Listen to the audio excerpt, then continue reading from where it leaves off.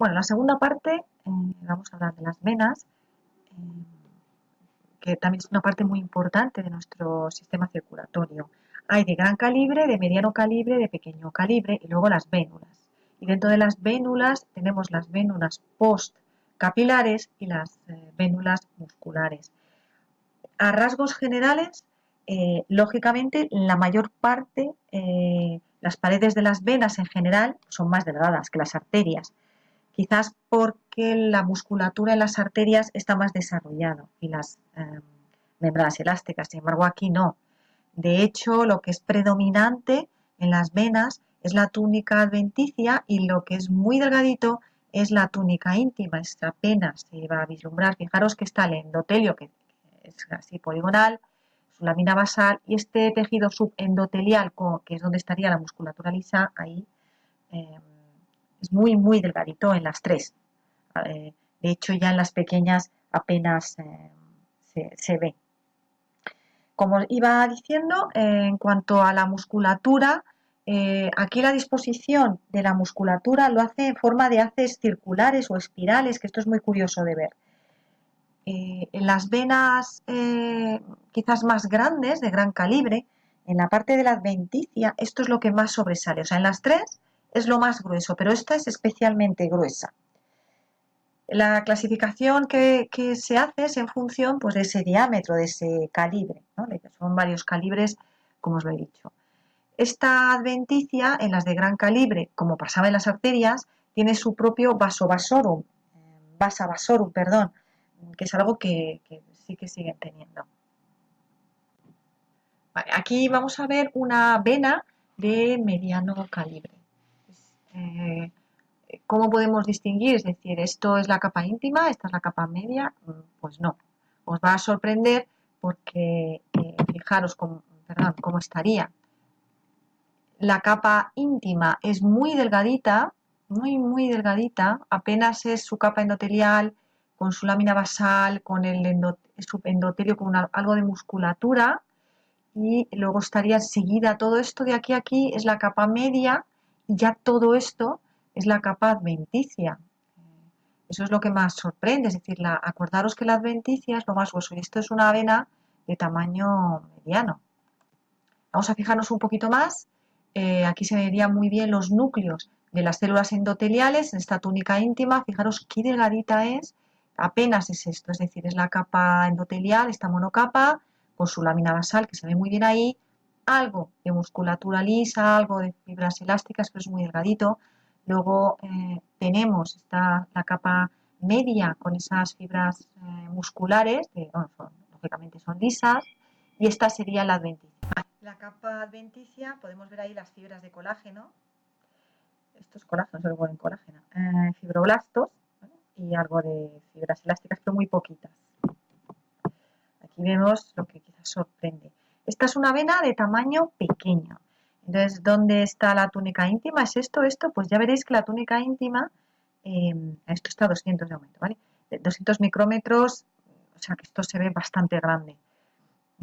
Sería muy delgadita, luego sería la túnica media y todo esto sería la túnica adventicia. Si yo lo aumento, pues lo mismo, veríamos. Esta sería la capa endotelial.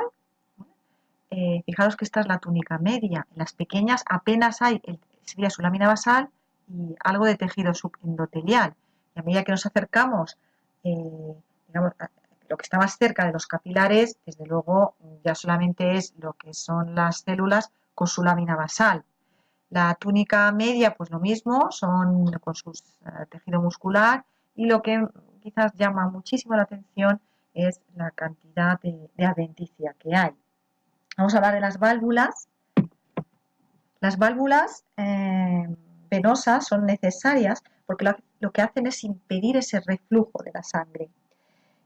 Este tipo de válvulas se ven sobre todo en las venas, de hecho realmente es que son repliegues delgaditos de la íntima, por lo tanto estas válvulas lo que tienen es un endotelio, realmente. Y debajo de, digamos, es esa monocapa de células endoteliales y lo que le sostiene es por debajo, pues es algo de colágeno. Es importante que que penséis en determinadas patologías, como son las flebopatías, eh, que ocasionan muchos problemas, este tipo de patologías en las venas.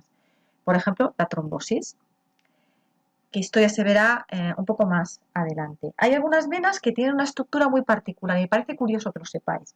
Están las venas que no tienen músculo, por ejemplo, la retina no tiene músculo. Hay otras que tienen una pared muy muscular, y esto ya es raro, y ¿dónde lo vemos? Por ejemplo, en el útero de las mujeres gestantes. Luego hay unas venas que se denominan reguladoras, porque tienen más músculo, o sea, perdón, poseen dispositivos musculares tipo esfínter que hacen que se estanque la sangre en determinadas zonas, por ejemplo, las venas de la médula suprarrenal. Entonces, estos son algunos tipos bastante curiosos. Algo de lo que también me parece curioso que sepáis es que los vasos sanguíneos que se forman de nuevo en los adultos siempre tienen que partir de vasos que ya existen. Y esto es lo que se denomina angiogénesis. Normalmente comienza en los capilares y de ahí surgen como brotes vasculares.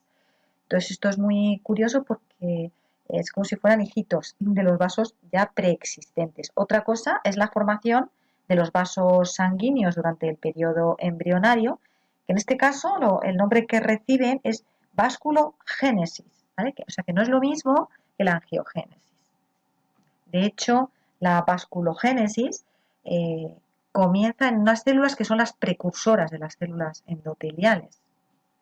También tenéis que distinguir lo que es una angiogénesis tumoral. En este caso, estas células del tumor lo que hacen es que producen unos péptidos que estimulan el que las células endoteliales se proliferen. Entonces, como los tumores, ya os dije, necesitan una irrigación sanguínea abundante, pues ellos mismos se hacen sus propios vasos. Vamos a hablar un poquito solo de los vasos linfáticos, que aquí no aparecerían, pero están por aquí. Estos vasos linfáticos son muy importantes porque es la forma que tiene nuestro organismo de drenar. Va a captar líquido de los tejidos, los va a captar de los tejidos, de los restos de tejidos, y lo conduce hacia la circulación de la sangre. En casi todos los órganos, esto es lógico, hay capilares linfáticos. Hay tres excepciones, que es el sistema nervioso central, los huesos y el timo. Entonces, en este trayecto de estos vasos sanguíneos, vasos linfáticos, perdón, se intercalan los ganglios linfáticos. Esa linfa que os he comentado antes contiene agua, electrolitos y proteínas entre un 2 y un 4%. Y lo que contiene la linfa en cuanto a células solo y exclusivamente son linfocitos. Dentro de estos vasos linfáticos hay que distinguir entre capilares, senos y vasos. Los capilares linfáticos son un tipo de vasos que tienen como una forma de hendidura y tienen un endotelio muy delgadito. La lámina basal no es continua, ¿vale? No es como hemos visto en otras ocasiones, ¿no? Que está como partida.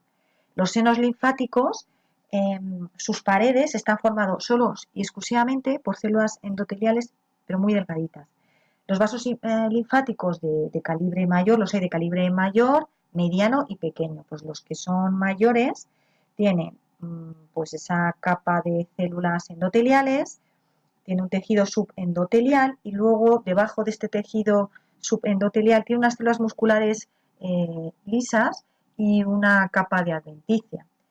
Los vasos linfáticos pequeños y medianos contienen válvulas y realmente tienen, quizás en la capa mediana, tienen una zona de tejido conjuntivo, pero es muy delgadita, simplemente. Y lo que hacen estas válvulas es el no retorno. Como tarea os pongo que me dibujéis una arteria elástica, una arteria muscular, una vena de tamaño grande, mediano y pequeño, capilar, por ejemplo, fenestrado, y luego que me dibujéis un seno linfático, un capilar linfático y un vaso linfático. Hacérmelo todo en la misma hoja. Hacéis una foto y me la mandáis a mi correo.